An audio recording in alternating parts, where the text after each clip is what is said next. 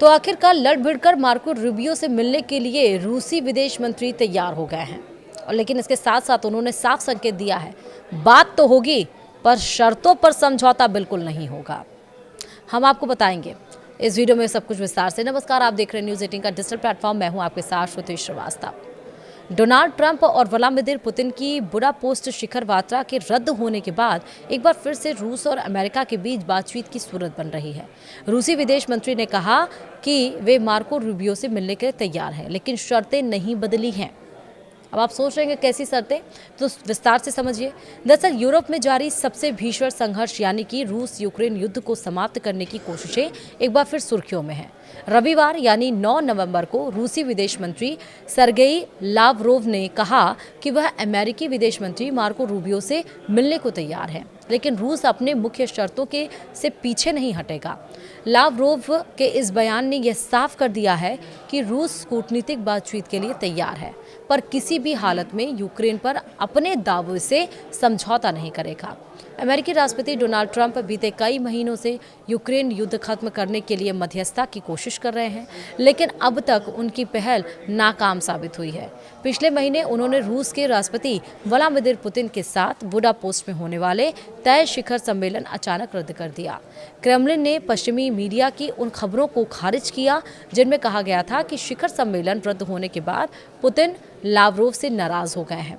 रूसी विदेश मंत्रालय ने साफ किया कि यह निर्णय इसलिए लिया गया क्योंकि मॉस्को यूक्रेन को लेकर अपनी मूल मांगों पर झुकने को तैयार नहीं था।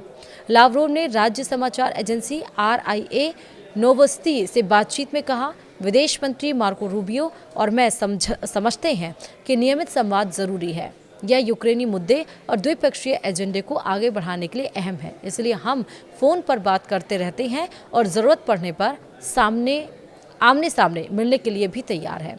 लावरोव 2004 से पुतिन के विदेश मंत्री हैं और रूस की विदेश नीति के सबसे अनुभवी चेहरों में गिने जाते हैं। उनका यह बयान ऐसे समय में आया है जब युद्ध को शुरू हुए करीब 4 साल हो चुके हैं और रूसी सेना अब भी यूक्रेन के दक्षिण और पूर्वी हिस्सों में धीरे धीरे आगे बढ़ रही है। अब आपको ये भी बताएंगे कि आखिरकार रूस की शर्तें क्या हैं जिस पे वो कॉम्प्रोमाइज़ नहीं करना चाहता है। रूस इस समय यूक्रेन के लगभग 19% हिस्से पर नियंत्रण रखता है। मॉस्को का दावा है कि ये इलाके अब कानूनी रूप से रूस का हिस्सा हैं। हालांकि यूक्रेन और पश्चिमी यूरोपीय देश इससे मानने से साफ इनकार करते हैं। लावरोव ने बताया कि 15 अगस्त 2025 को अलास्का के एंकोरोज सैन्य अड्डे पर पुतिन और ट्रंप के बीच हुई मुलाकात में जो समझ बनी थी वह पुतिन की जून 2024 की शर्तों और ट्रंप के दूत स्टीव विटकॉफ के सुझावों पर आधारित थी। ये मांगे इस तरह से थी जैसे कीव यानी कि यूक्रेन नाटो में शामिल होने की योजना औपचारिक रूप से त्याग दे। यूक्रेनी सेना चारों विवादित प्रांतों जैसे कि दोनेत्स्क, लुहांस्क, खेरसॉन और ज़ापोरियझिया से पूरी तरह वापस लौट जाए।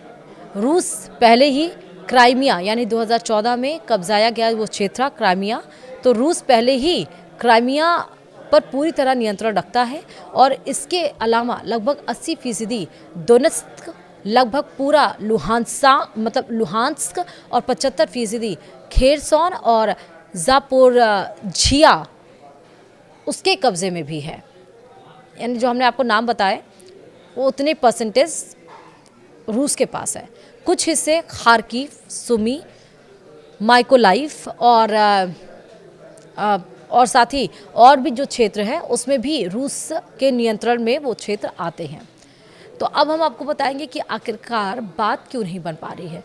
यूक्रेनी राष्ट्रपति वोलोदिमीर ज़ेलेंस्की ने स्पष्ट कर दिया है कि रूस के कब्जे वाले इलाकों को यह कानूनी रूप से रूस का हिस्सा कभी नहीं मानेंगे। उन्होंने यह स्वीकार किया है कि कुछ क्षेत्र अस्थायी रूप से रूसी नियंत्रण में माने जा सकते हैं, लेकिन कोई भी औपचारिक मान्यता नहीं दी जाएगी।